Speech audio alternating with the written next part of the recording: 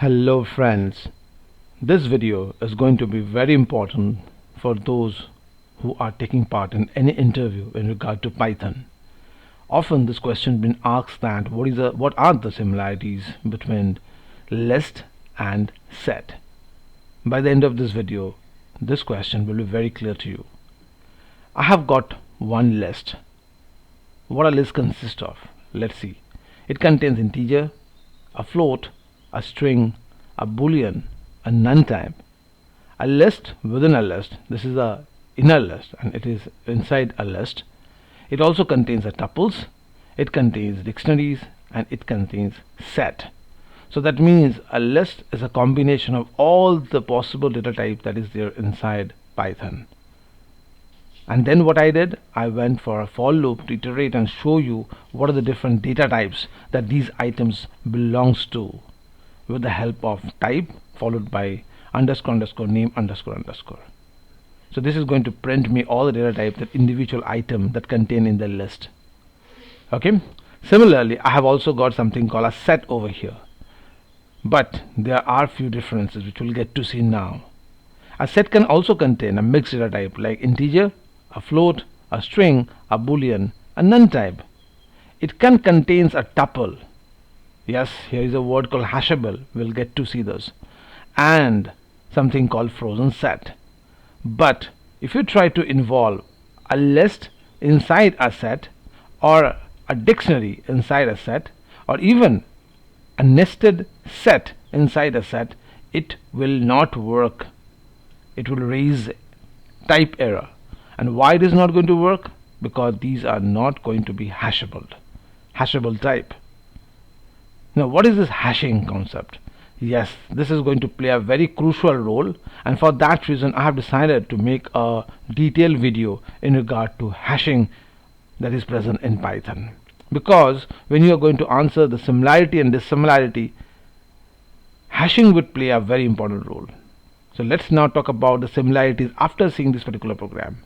So here are the list of similarities that is between list and set. Both are iterable with the help of for loop. Okay, let me run the output, then you can get to see. See over here the output comes. Here we are specifying the data type that belongs to these members. Similarly, here also it defines the data type that belongs to these members. So what we can see is that we can perform a looping operation, an iteration in regard to both in regard to both list and set. Both are mutable. That means you can insert data dynamically, and hence it can grow in size as the program goes on. So you don't need to mention the size at the initial declaration. As the program moves, you can insert item as you need.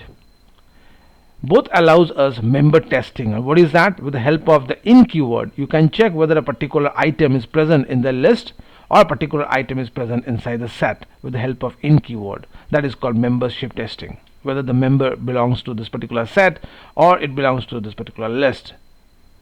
Both comes up with inbuilt functions like add in regard to set or append in regard to list for the insertion of item dynamically. You can store multiple items. As you can see over here, they belong to multiple data type, but there is a small restriction in regard to set. These are the types that are not allowed. And you can store mixed data type. Yes, not only multiple types, you can also store mixed data type, but the set comes up with only those types that are going to adapt to hashing feature. So that's the reason why you can see that how hashing is going to play a very crucial role, and I will be demonstrating the detail about this hashing part. So these are the features where set and list are going to play a similar role. Now let's talk about the differences, which are also equally important. In context to list, it is allowed to include duplicate item, but as we know that set always hold unique item. List contain order of item because list come with indexing, so we can maintain the order, and that's the reason why the insertion order in list will be maintained, but that is not possible in case of set, because set you directly will not have indexing. But after you have seen my hashing video, then you will find that a similar feature is also there, but in a different form. List can contain multiple data type, as you saw over here, and it can contain also a list within a list, which is not possible. A set within a set is not possible in case of set. So it contains any data type, but that is not possible in case of set. It contains only hashable types. So these are all hashable format. List is contain indexing, as I said, and that's the reason why we can perform slicing, but set cannot. We cannot involve indexing or slicing in regard to set. The list has a length while set has a size, and these size are all unique attribute. In the length we can have a duplicate data as well. So a list can contain multiple items which are repetitive, but in case of set that is not going to happen. A list can contain mutable items, where set will contain immutable items, and those are which are actually we can implement hashing on those immutable items. So these are all immutable items, and we can perform hashing in regard to this. But when it comes to these are all lead to non-hashable type. That's the reason why it is not allowed within a set. As we can see, a list can contain nested, as we saw right over here, but that is not possible in case of set. We cannot have a direct set or list directly. It will give you a type error.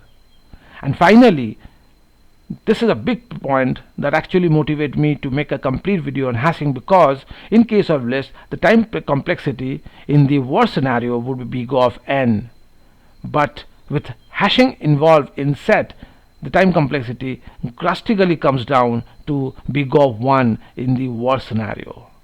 So my dear friend, hashing plays a very crucial role, and make sure you watch my next video where I will explore you why in case of list the worst time complexity is big of n, whereas in case of set it is big of 1.